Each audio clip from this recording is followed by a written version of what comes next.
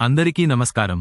IPL 2026లో నిన్న జరిగిన Lucknow super joints versus royal Challengers Bengaluru match అసలు అభిమానులకు పక్కా ఎంటర్టైన్మెంట్ ఇచ్చింది.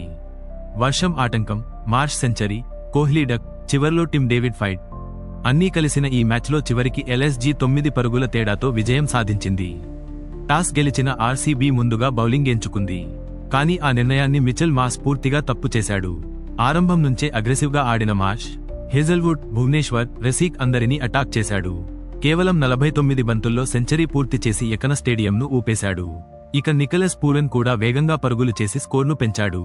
మధ్యలో వర్షం కారణంగా ఆట ఆగినా తిరిగి వచ్చిన తర్వాత కూడా ఎల్ఎస్జీ బ్యాటర్లు అదే జోరు కొనసాగించారు. చివర్లో రిషబ్ పంత్ కేవలం 10 బంతుల్లో 32 పరుగులు చేసి మ్యాచ్ను మరో లెవెల్కు తీసుకెళ్లాడు. 19 ఓవర్లలో ఎల్ఎస్జీ 209/3 భారీ స్కోర్ చేసింది. 213 పరుగుల టార్గెట్తో బ్యాటింగ్ ప్రారంభించిన అర్బ్కి మొదటి ఓవర్లోనే భారీ షాక్ తగిలింది.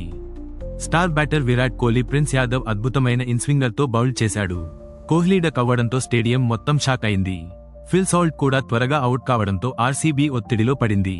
అక్కడి నుంచి కెప్టెన్ రాజర్ పాటీదార్ మ్యాచ్ను తిరిగి ఆర్సీబీ వైపు తిప్పే ప్రయత్నం చేశాడు.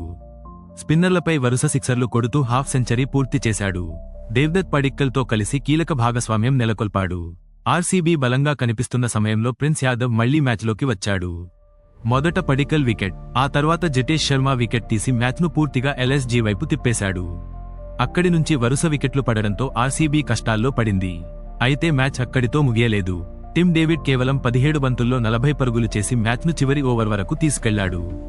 వరుస బౌండరీలు, భారీ సిక్సర్లతో ఎల్ఎస్జీ అభిమానుల్లో టెన్షన్ పెంచేశాడు. చివరి ఓవర్లో 20 పరుగులు అవసరమైన సమయంలో దిగ్వేష్ రతి అద్భుతంగా బౌలింగ్ చేసి అల్స్కి కీలక విజయాన్ని అందించాడు. Lucknow super joints 209/3 royal Challengers Bengaluru 203/6 LSG 9 పరుగుల తేడాతో విజయం సాధా ఈ సున్నచింది. ఈ విజయంతో ఎల్ఎస్జీ తమ వరుస ఓటములకు బ్రేక్ వేసింది.